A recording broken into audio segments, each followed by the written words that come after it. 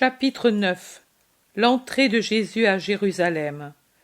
Jésus passe son bras autour des épaules de sa mère qui s'est levée quand Jean et Jacques d'Alphée l'ont rejointe pour lui dire « Ton fils arrive !»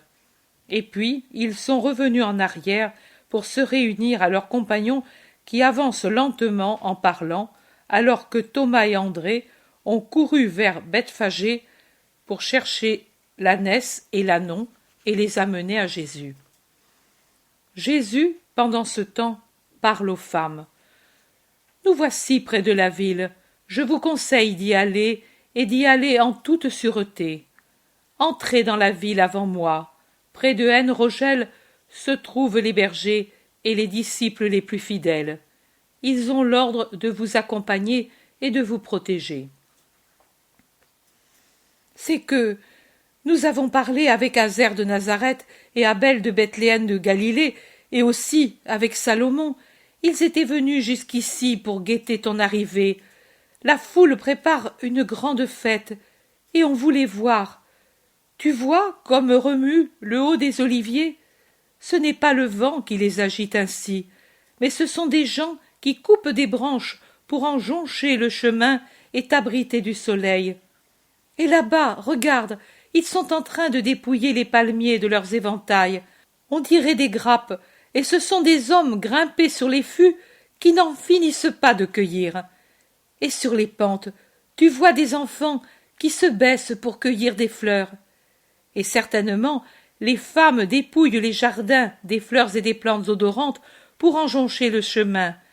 Nous voulions voir et imiter le geste de Marie de Lazare, qui recueillit toutes les fleurs foulées par ton pied quand tu es entré dans le jardin de Lazare. Demande Marie de Cléophas au nom de toutes. Jésus caresse sur la joue sa vieille parente qui semble une enfant désireuse de voir un spectacle, et il lui dit « Dans la grande foule, tu ne verrais rien. Allez en avant à la maison de Lazare, celle qui a Matthias comme gardien. Je passerai par là, et vous me verrez d'en haut. » Mon fils, et tu vas seul? Je ne puis rester près de toi, dit Marie, en levant son visage si triste et en fixant ses yeux de ciel sur son doux fils. Je voudrais te prier de rester caché, comme la colombe dans le creux du rocher. Plus que ta présence, ta prière m'est nécessaire, maman aimée. Si c'est ainsi, mon fils, nous prierons toutes pour toi. Oui, après l'avoir vu passer, vous viendrez avec nous dans mon palais de Sion, et j'enverrai des serviteurs au temple et toujours à la suite du maître, pour qu'il nous apporte ses ordres et ses nouvelles, décide Marie de Lazare, toujours rapide pour saisir ce qu'il y a de mieux à faire et pour le faire sans retard. Tu as raison, ma sœur. Bien qu'il me peine de ne pas le suivre, je comprends le bien-fondé de cet ordre. Et du reste, Lazare nous a dit de ne contredire le maître en rien et de lui obéir même dans les plus petits détails. Et nous le ferons. Et alors, allez, vous voyez, les routes s'animent, les apôtres vont me rejoindre. Allez, la paix soit avec vous. Je vous ferai venir aux heures que je jugerai bonnes. Maman, adieu. Sois en paix. Dieu est avec nous. Il l'embrasse et la congédie, et les disciples obéissantes s'en vont sans tarder. Les 10 apôtres rejoignent Jésus. Tu les as envoyés en avant? Oui, elles verront mon entrée d'une maison. Judas de Kériote demande « De quelle maison ?» Philippe dit « Eh, elles sont désormais si nombreuses, les maisons amies. » Iscariote insiste « Pas chez Analia ?» Jésus répond négativement et se met en chemin vers Bethphagée, qui est peu éloignée. Il en est tout proche quand reviennent les 2 qu'il a envoyés prendre l'ânesse et l'ânon. Il crie « Nous avons trouvé, comme tu l'as dit, et nous t'aurions amené les animaux, mais leur maître a voulu les étriller et les orner des meilleurs harnachements pour te faire honneur. Et les disciples, unis à ceux qui ont passé la nuit dans les rues de Béthanie pour t'honorer, veulent avoir l'honneur de te les conduire, et nous avons consenti. Il nous a paru que leur amour méritait une récompense. Vous avez bien fait. Avançons en attendant. Barthélemy demande: sont-ils nombreux, les disciples? Oh, une multitude. On n'arrive pas à passer par les rues de Bethphagée. Aussi, j'ai dit à Isaac de conduire l'âne chez Cléonte, le fromager, répond Thomas. Tu as bien fait. Allons jusqu'à cet escarpement des collines et attendons un peu, à l'ombre de ces arbres. Ils vont à l'endroit indiqué par Jésus. L'Iscariote s'écrie: mais nous nous éloignons. Tu dépasses Bethphagée en la contournant par derrière. Et si je veux le faire, qui peut m'en empêcher? Suis-je peut-être déjà prisonnier, pour qu'il ne me soit pas permis d'aller où je veux? Et est-on pressé que je le sois? Et craint-on que je puisse échapper à la capture? Et si j'estimais juste de m'éloigner pour des lieux plus sûrs, y a-t-il quelqu'un qui pourrait m'en empêcher? Jésus darde son regard sur le traître qui ne parle plus et hausse les épaules, comme pour dire: fais ce que bon te semble.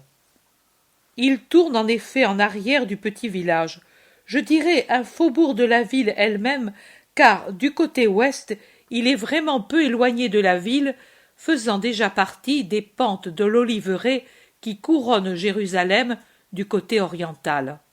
En bas, entre les pentes et la ville, le cédron brille au soleil d'avril. Jésus s'assoit dans cette silencieuse verdure et se concentre dans ses pensées. Puis il se lève et va réellement sur la cime de l'escarpement. Jésus me dit: ici tu mettras la vision du 31 juillet 1944.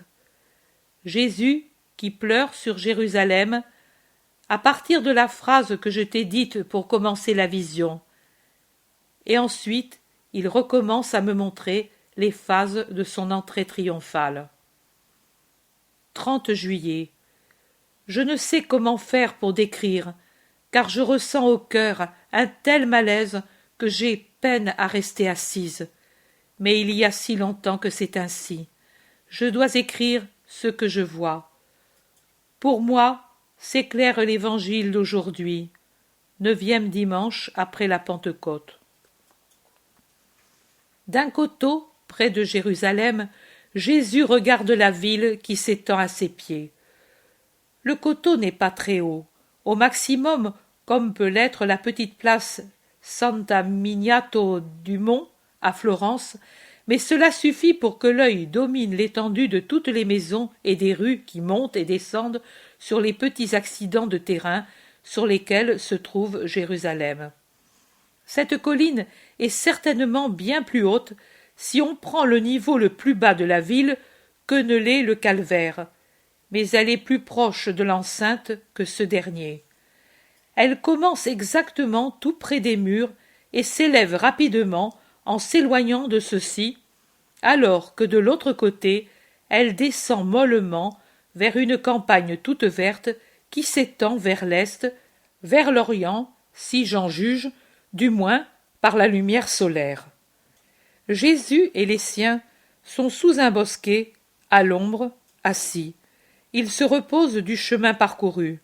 Puis Jésus se lève, quitte l'endroit boisé où ils étaient assis, et s'en va tout à fait au sommet du coteau.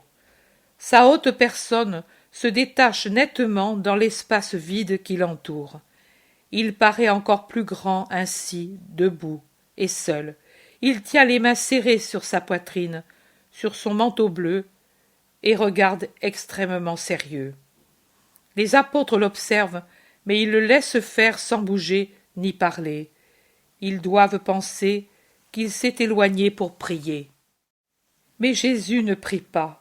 Après avoir longuement regardé la ville en tous ses quartiers, en toutes ses élévations, en toutes ses particularités, parfois avec de longs regards sur tel ou tel point, parfois en insistant moins, Jésus se met à pleurer sans sanglots ni bruit.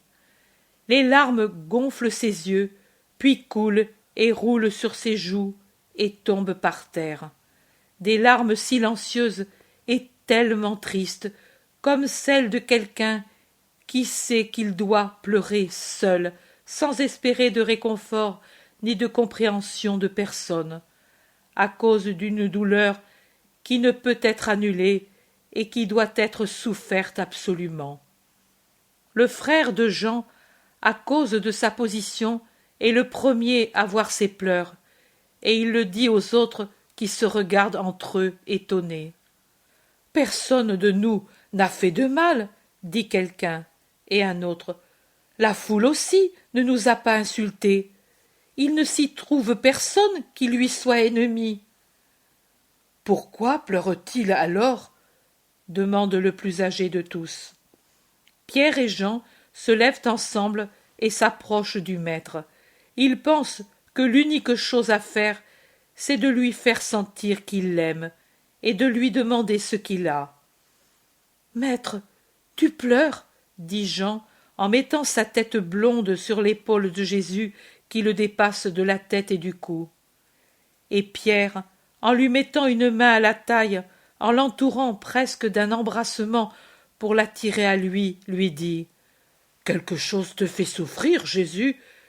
Dis-le à nous qui t'aimons. » Jésus appuie sa joue sur la tête blonde de Jean et, desserrant ses bras, il passe à son tour son bras autour de l'épaule de Pierre. Ils restent ainsi embrassés tous les trois, dans une pose si affectueuse. Mais les larmes continuent de couler. Jean, qui les sent tomber dans ses cheveux, recommence à lui demander « Pourquoi pleures-tu, mon maître? Peut-être que de nous il te vient de la peine. » Les autres apôtres se sont réunis au groupe affectueux et attendent anxieusement une réponse. « Non, dit Jésus, pas de vous. Vous êtes pour moi des amis. Et l'amitié, quand elle est sincère, est baume et sourire, jamais larmes. Je voudrais que vous restiez toujours mes amis, même maintenant que nous allons entrer dans la corruption qui fermente et qui corrompt celui qui n'a pas une volonté décidée de rester honnête. »« Où allons-nous, maître? Pas à Jérusalem? La foule t'a déjà salué joyeusement. Veux-tu la décevoir? Allons-nous peut-être en Samarie pour quelque prodige, justement maintenant que la Pâque est proche? » Les questions viennent en même temps de différents côtés. Jésus lève la main pour imposer le silence, et puis, de sa main droite, il montre la ville. Un geste large comme celui du semeur qui jette son grain devant lui, et il dit « Elle est la corruption. Nous entrons dans Jérusalem, nous y entrons, et seul le Très-Haut sait comment je voudrais la sanctifier en y amenant la sainteté qui vient des cieux. La resanctifier, cette ville, qui devrait être la cité sainte. Mais je ne pourrai rien lui faire. Corrompue elle est, et corrompue elle reste, et les fleuves de sainteté qui coulent du temple vivant, et qui couleront encore davantage dans peu de jours jusqu'à le vider de la vie, ne suffiront pas pour la racheter. Ils viendront au sein, la Samarie et le monde païen. Sur les temples mensongers s'élèveront les temples du vrai Dieu. Les cœurs des gentils adoreront le Christ. Mais ce peuple, cette ville, sera toujours pour lui une ennemie, et sa haine l'amènera au plus grand péché. Cela doit arriver. Mais malheur à ceux qui seront les instruments de ce crime, malheur. Jésus regarde fixement Judas, qui est presque en face de lui. « Cela ne nous arrivera jamais. Nous sommes tes apôtres, et nous croyons en toi, prêts à mourir pour toi. » Judas ment effrontément et soutient sans embarras le regard de Jésus. Les autres unissent leurs protestations. Jésus répond à tous pour éviter de répondre directement à Judas. « Veuille le ciel que vous soyez tel, mais vous avez encore beaucoup de faiblesse en vous, et la tentation pourrait vous rendre semblable à ceux qui me haïssent. Priez beaucoup et veillez beaucoup sur vous. Satan sait qu'il va être vaincu, et il veut se venger en vous arrachant à moi. Satan est autour de nous tous, de moi pour m'empêcher de faire la volonté du Père et d'accomplir ma mission, de vous pour faire de vous ses serviteurs. Veillez, dans ces murs, Satan prendra celui qui ne saura pas être fort, celui pour lequel cela aura été une malédiction d'être choisi, parce qu'il a donné à ce choix un but humain. Je vous ai choisi pour le royaume des cieux et non pour celui du monde. Souvenez-vous-en. Et toi, cité qui veut ta ruine et sur qui je pleure, sache que ton Christ prie pour ta rédemption. Oh, si au moins en cette heure qui te reste, tu savais venir à celui qui serait ta paix. Si au moins tu comprenais à cette heure l'amour qui passe au milieu de toi, et si tu te dépouillais de la haine qui te rend aveugle et folle, cruelle pour toi-même et pour ton bien. Mais un jour viendra où tu te rappelleras cette heure. Trop tard alors pour pleurer et te repentir. L'amour sera passé et sera disparu de tes routes, et il restera la haine que tu as préférée. Et la haine se tournera vers toi, vers tes enfants. Car on a ce qu'on a voulu, et la haine se paie par la haine. Et ce ne sera pas alors la haine des forts contre le désarmé, mais ce sera haine contre haine, et donc guerre et mort. Entouré de tranchées et de gens armés, tu souffriras avant d'être détruite, et tu verras tomber tes fils tués par les armes et par la faim, et les survivants être prisonniers et méprisés. Et tu demanderas miséricorde, et tu ne la trouveras plus, parce que tu n'as pas voulu connaître ton salut. Je pleure, ami, car j'ai un cœur d'homme, et les ruines de la patrie m'arrachent des larmes. Mais que ce qui est juste s'accomplisse, puisque dans ces murs la corruption dépasse toute limite et attire le châtiment de Dieu. Malheur aux citoyens qui sont la cause du mal de leur patrie. Malheur aux chefs qui en sont la principale cause. Malheur à ceux qui devraient être saints pour amener les autres à être honnêtes et qui, au contraire, profanent la maison de leur ministère et eux-mêmes. Venez. À rien ne servira mon action, mais faisons en sorte que la lumière brille encore une fois au milieu des ténèbres. Et Jésus descend suivi des siens. Il s'en va rapidement par le chemin, le visage sérieux et je dirais presque renfrogné. Il ne parle plus. Il entre dans une maisonnette au pied de la colline et je ne vois pas autre chose. Jésus dit: la scène racontée par Luc paraît sans liaison, pour ainsi dire illogique. Je déplore les malheurs d'une ville coupable, et je ne sais pas compatir aux habitudes de cette ville. Non, je ne sais pas. Je ne puis les compatir, puisque même ce sont justement ces habitudes qui engendrent les malheurs, et de les voir rend plus aiguë ma douleur. Ma colère contre les profanateurs du temple est la conséquence logique de ma méditation sur les malheurs prochains de Jérusalem. Ce sont toujours les profanations du culte de Dieu, de la loi de Dieu, qui provoque les châtiments du ciel. En faisant de la maison de Dieu une caverne de voleurs, ces prêtres indignes et ces indignes croyants, de nom seulement, attiraient sur tout le peuple malédiction et mort. Inutile de donner tel ou tel nom au mal qui fait souffrir un peuple. Cherchez le nom exact en ceci: punition d'une vie de brute. Dieu se retire et le mal s'avance. Voilà le fruit d'une vie nationale indigne du nom de chrétienne. Comme alors, maintenant aussi, dans cette partie de siècle, je n'ai pas manqué, par des prodiges, de secouer et de rappeler. Mais comme alors, je n'ai attiré sur moi et mes instruments que moquerie, indifférence et haine. Pourtant, que les particuliers et les nations se souviennent que c'est inutilement qu'ils pleurent quand auparavant ils ne veulent reconnaître leur salut. Inutilement qu'ils m'invoquent quand à l'heure où j'étais avec eux, ils m'ont chassé par une guerre sacrilège qui, en partant de consciences particulières vouées au mal, s'est répandue dans toute la nation. Les patries ne se sauvent pas tant par les armes que par une forme de vie qui attire les protections du ciel.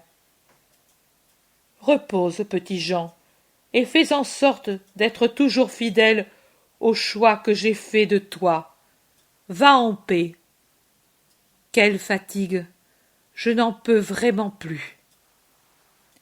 Jésus a à peine le temps d'entrer dans la maison pour en bénir les habitants que l'on entend une gaie sonnerie de grelots et des voix en fête. Et tout de suite après, le visage émacié et pâle d'Isaac apparaît dans l'ouverture de la porte, et le fidèle berger entre et se prosterne devant son Seigneur Jésus. Dans l'encadrement de la porte, grande ouverte, se pressent de nombreux visages, et en arrière, on en voit d'autres. On se bouscule, on se presse, on veut s'avancer. Quelques cris de femmes, quelques pleurs d'enfants pris au milieu de la cohue, et des salutations, des cris joyeux. « Heureux jour qui te ramène à nous! La paix à toi, Seigneur!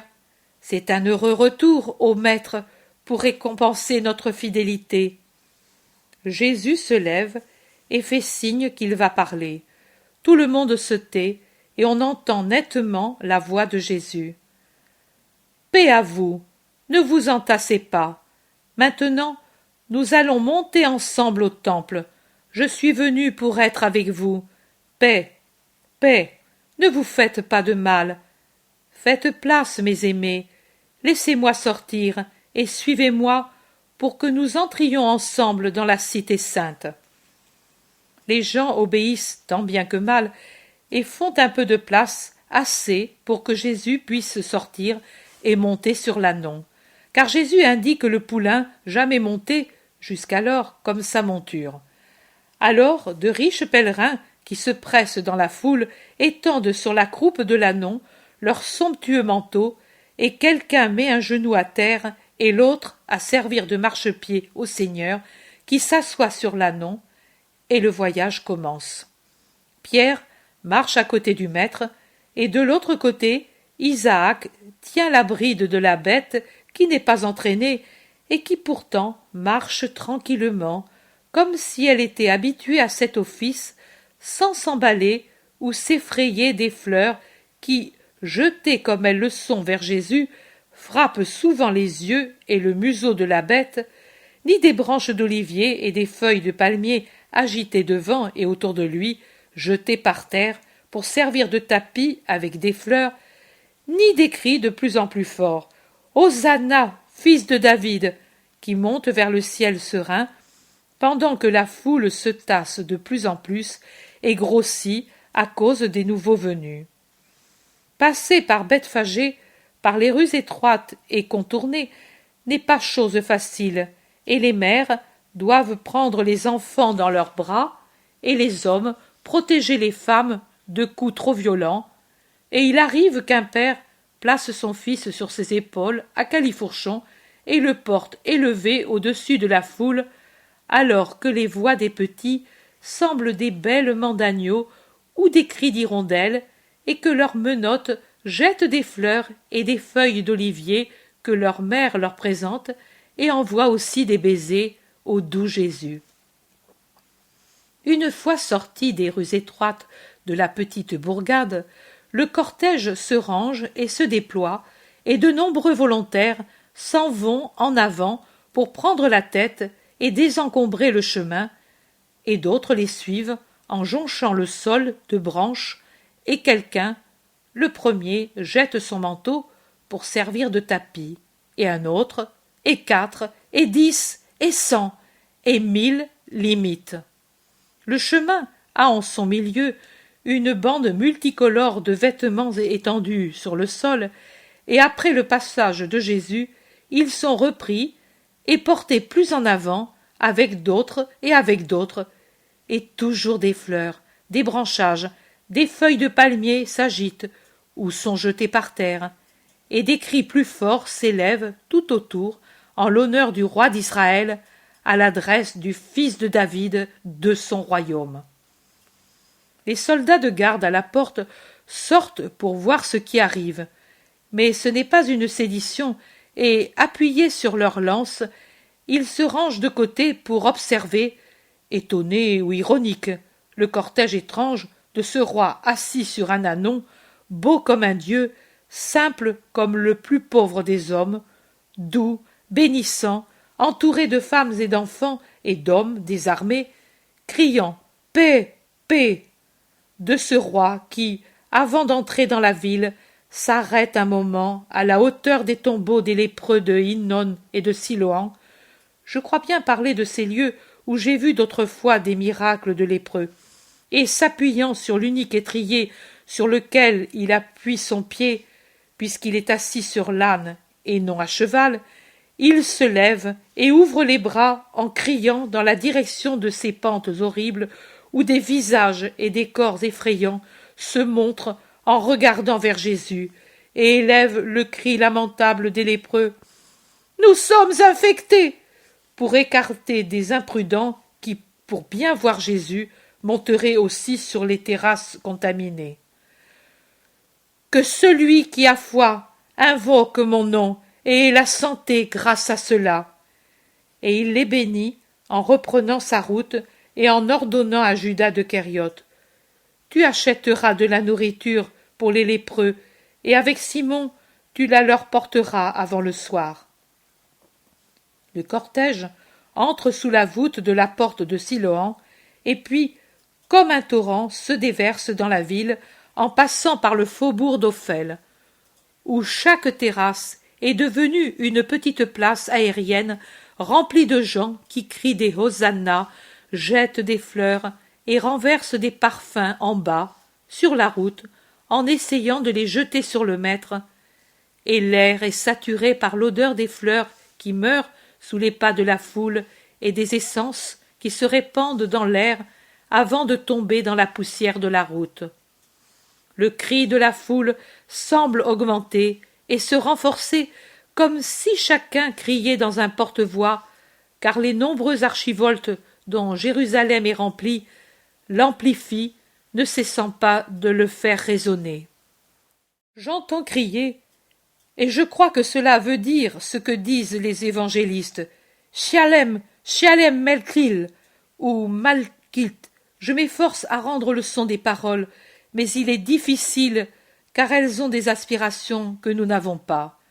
C'est un bruit continu, semblable à celui d'une mer en tempête, dans laquelle n'est pas encore tombé le bruit de la lame qui fouette la plage et les écueils, qu'une autre lame ramasse et relève en un nouveau claquement, sans jamais s'arrêter. J'en suis assourdi. Parfums, odeurs, cris, des branches et des vêtements qui s'agitent, couleurs. C'est une vision étourdissante. Je vois la foule qui n'en finit pas de se mélanger, des visages connus qui apparaissent et disparaissent, tous les disciples de tous les coins de la Palestine, tous ceux qui suivent Jésus. Je vois pendant un instant jaillir. Je vois Jaïa, l'adolescent de Pella, me semble-t-il, qui était aveugle avec sa mère, et que Jésus guérit. Je vois Joachim de Bosra et ce paysan de la plaine de Saron avec ses frères.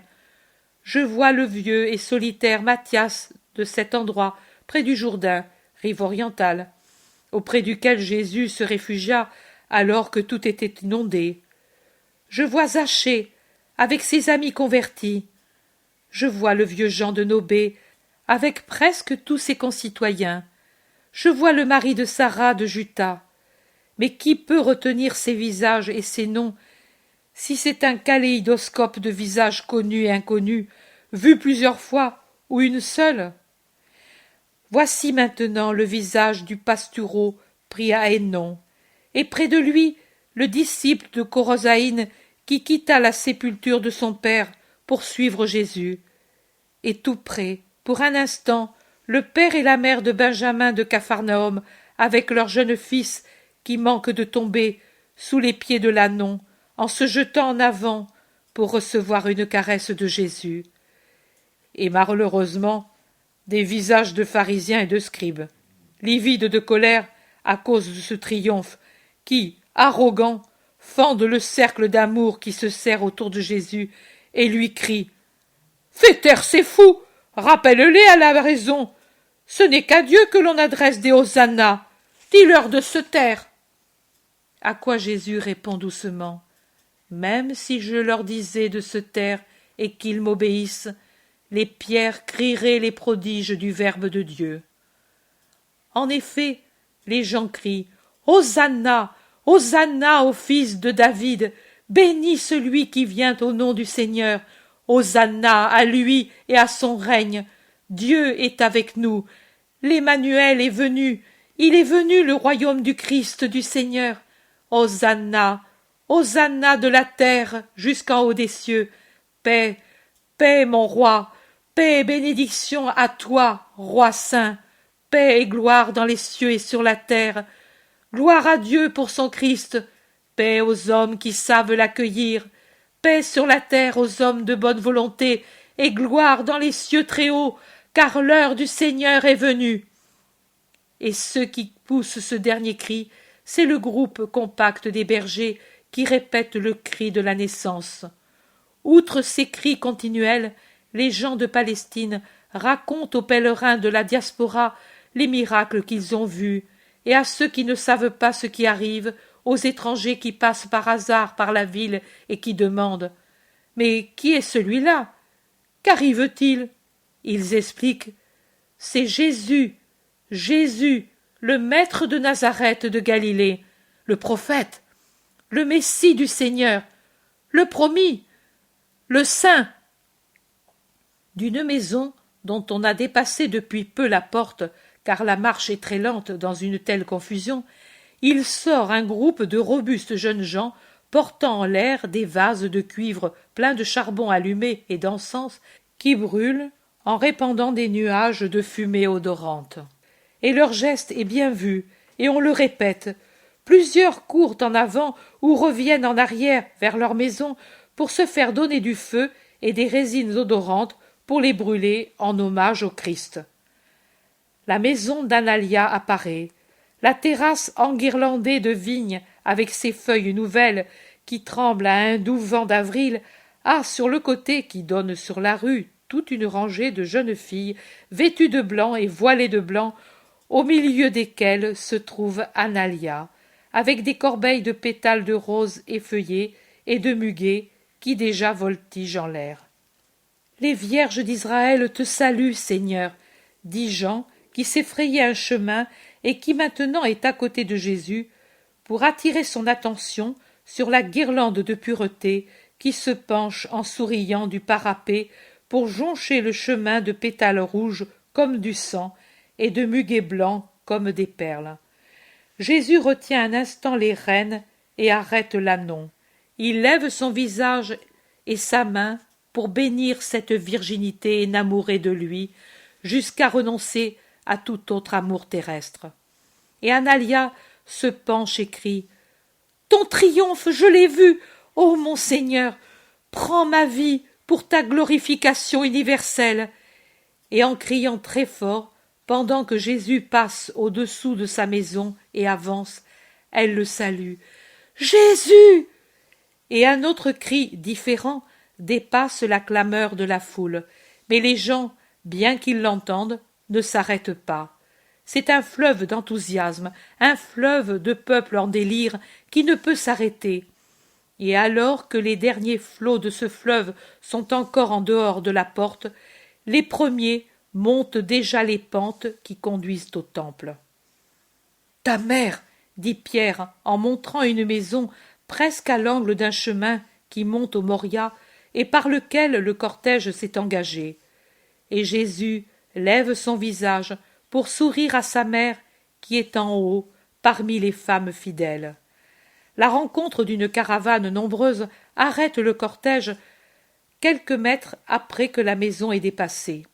Et pendant que Jésus s'arrête avec les autres, en caressant les enfants que les mères lui présentent, un homme accourt et se fraye un passage en criant « Laissez-moi passer! Une femme est morte, une jeune fille, subitement. Sa mère appelle le maître. Laissez-moi passer! Lui l'a déjà sauvée une fois. » Les gens lui font place et l'homme accourt près de Jésus. « Maître, la fille d'Élise est morte. Elle t'a salué de ce cri. Puis elle s'est affaissée en disant « Je suis heureuse » et elle a expiré. Son cœur s'est brisé dans l'allégresse de te voir triomphant. Sa mère m'a vue sur la terrasse près de sa maison et elle m'a envoyé t'appeler. Viens, maître. Morte? Morte, Analia? Mais hier seulement elle était saine, en bonne santé, heureuse.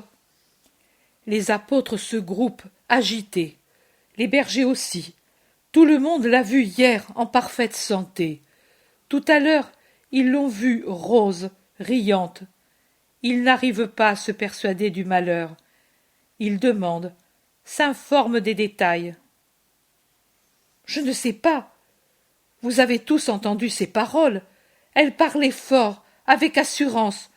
Puis je l'ai vue s'affaisser, plus blanche que ses vêtements, et j'ai entendu crier sa mère. Je ne sais pas autre chose. Jésus dit, ne vous agitez pas, elle n'est pas morte. Une fleur est tombée, et les anges de Dieu l'ont recueillie pour la porter dans le sein d'Abraham. Bientôt, le lys de la terre s'ouvrira heureux au paradis, ignorant pour toujours l'horreur du monde. Homme, dis à Élise qu'elle ne pleure pas le sort de son enfant. Dis-lui qu'elle a eu une grande grâce de Dieu et que d'ici 6 jours, elle comprendra quelle grâce Dieu a faite à sa fille. Ne pleurez pas, que personne ne pleure. Son triomphe est encore plus grand que le mien, parce que les anges escortent la Vierge pour la conduire à la paix des justes. Et c'est le triomphe éternel qui grandira sans jamais connaître de descente. En vérité, je vous dis que c'est pour vous tous, mais non pour Analia, que vous avez raison de pleurer. Allons. Et il répète aux apôtres et à ceux qui l'entourent. Une fleur est tombée. Elle s'est couchée en paix, et les anges l'ont recueillie. Bienheureuse celle qui est pure de chair et de cœur, car bientôt elle va voir Dieu. Mais comment, de quoi est-elle morte, Seigneur? Demande Pierre, qui ne peut y croire. D'amour, d'extase, de joie infinie, heureuse mort. Ceux qui sont loin en avant ne savent pas, ceux qui sont très en arrière ne savent pas. Aussi, les hosannas continuent, bien qu'auprès de Jésus, il s'est formé un cercle de pensif silence. Ces gens qui leurront. Oh, je voudrais le même sort avant les heures qui vont venir. Moi aussi, dit Isaac, je voudrais voir le visage de la jeune fille morte d'amour pour toi. Je vous prie de me sacrifier votre désir. J'ai besoin de vous près de moi. Nathanaël dit, nous ne te laisserons pas, Seigneur. Et il demande, mais pour cette mère, aucun réconfort? J'y pourvoirai. Ils sont aux portes de l'enceinte du temple. Jésus descend de là non que quelqu'un de Bethphagée prend en garde. Il faut se rappeler que Jésus ne s'est pas arrêté à la première porte du temple, mais qu'il a suivi l'enceinte en s'arrêtant seulement quand il se trouve sur le côté nord de l'enceinte, près de l'Antonia. C'est là qu'il descend et entre dans le temple comme pour faire voir qu'il ne se cache pas au pouvoir qui domine, se sentant innocent dans toute sa conduite. La première cour du temple présente le chahut habituel des changeurs et des vendeurs de colombes, passereaux et agneaux, seulement que maintenant les vendeurs sont délaissés car tout le monde est accouru pour voir Jésus. Et Jésus entre, solennel, dans son vêtement de pourpre, et il tourne ses regards sur ce marché et sur un groupe de pharisiens et de scribes qui l'observent de dessous un portique. Son regard est fulgurant d'indignation. Il se précipite au milieu de la cour. Son saut inattendu paraît un vol, le vol d'une flamme, car son vêtement est une flamme dans le soleil qui inonde la cour, et il tonne d'une voix puissante. « Hors de la maison de mon père! Ce n'est pas un lieu d'usure et de marché. Il est écrit, ma maison sera appelée maison de prière. Pourquoi donc en avez-vous fait une caverne de voleurs de cette maison où on invoque le nom du Seigneur? Hors d'ici! Purifiez ma maison! Qu'il ne vous arrive pas qu'au lieu de me servir de corde, je vous frappe avec les foudres de la colère céleste. Hors d'ici! Hors d'ici, les voleurs, les brocanteurs, les impudiques, les homicides, les sacrilèges, les idolâtres de la pire idolâtrie, celle du propre moi orgueilleux, les corrupteurs et les menteurs. Dehors! Dehors! Ou bien le Dieu Très-Haut balayera pour toujours ce lieu et exercera sa vengeance sur tout un peuple. Il ne répète pas la fustigation de l'autre fois, mais comme les marchands et les changeurs tardent à obéir, il va au comptoir le plus proche et le renverse en répandant balances et pièces de monnaie sur le sol. Les vendeurs et les changeurs se hâtent de suivre l'ordre de Jésus après avoir eu ce premier exemple. Et Jésus crie derrière eux, « Combien de fois devrais-je vous dire que ce ne doit pas être un lieu de souillure, mais de prière ?» Et il regarde ceux du temple qui, obéissant aux ordres du pontife, ne font pas un geste de représailles. La cour purifiée, Jésus va vers les portiques où sont rassemblés des aveugles, des paralytiques, des muets, des estropiés et autres affligés qui l'invoquent à grands cris. « Que voulez-vous que je vous fasse ?»« La vue, Seigneur, les membres, que mon fils parle, que ma femme guérisse. Nous croyons en toi, Fils de Dieu. » Que Dieu vous écoute. Levez-vous et dites des hosanna au Seigneur. Ce n'est pas un par un qu'il guérit les nombreux malades, mais il fait de la main un geste large, et grâce et santé en descendent sur les malheureux qui se dressent saints avec des cris de joie, qui se mêlent à ceux des nombreux enfants qui se serrent près de lui en répétant « Gloire, gloire au fils de David, hosanna à Jésus de Nazareth, roi des rois et seigneur des seigneurs !» Des pharisiens, en feignant le respect, lui crient « Maître, tu les entends, ces enfants disent ce qu'il ne faut pas dire, reprends-les, qu'ils se taisent. » Et pourquoi? Le roi prophète, le roi de ma race, n'a-t-il pas dit peut-être « De la bouche des enfants et des nourrissons, tu as fait sortir la louange parfaite pour confondre tes ennemis ?» N'avez-vous pas lu ces paroles du psalmiste? Permettez aux petits de dire mes louanges. Elles leur sont suggérées par leurs anges qui voient sans cesse mon Père et connaissent ses secrets et les suggèrent à ses innocents. Maintenant, laissez-moi tous aller prier le Seigneur. Et passant devant les gens, il passe dans l'atrium des Israélites pour prier. Et puis, sortant par une autre porte, en frôlant la piscine probatique, il sort de la ville pour revenir sur les collines du mont des Oliviers. Les apôtres sont enthousiastes. Le triomphe leur a donné de l'assurance, et ils sont oublieux, complètement oublieux de toutes les terreurs que les paroles du Maître avaient suscitées. Ils parlent de tout. Ils brûlent d'être renseignés sur Analia. Jésus les retient non sans peine d'y aller, en les assurant qu'il y pourvoira d'une manière qu'il sait, lui. Sourd, sourd, sourd à toute parole d'avertissement divin. Homme, homme, homme, qu'un cri d'Hosanna rend oublieux de tout. Jésus parle aux serviteurs de Marie de Magdala qui l'ont rejoint au temple et puis les congédie. Philippe demande « Et maintenant, où allons-nous » ? « À la maison de Marc de Jonas ?» dit Jean.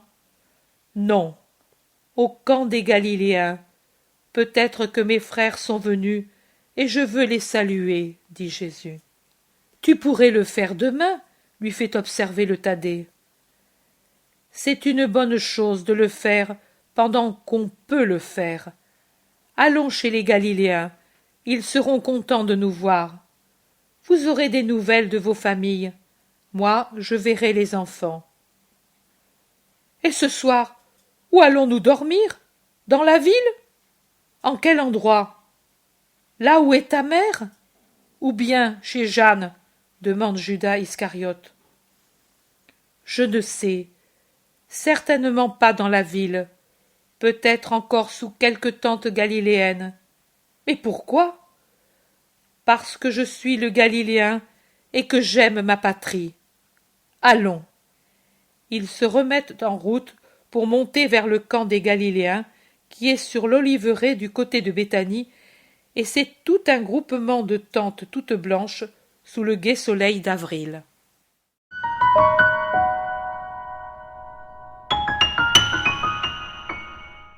L'intérêt pour les écrits de Maria Valtorta ne cesse de grandir. Et les fruits récoltés, vocation, conversion, sont immenses. Visionnaire de la vie du Christ, de la conception de Marie jusqu'au début de l'Église, sa description des personnages, de leur psychologie, la précision des lieux où ils évoluent, des coutumes et mœurs de l'époque, est proprement sidérante et à ce jour inégalée.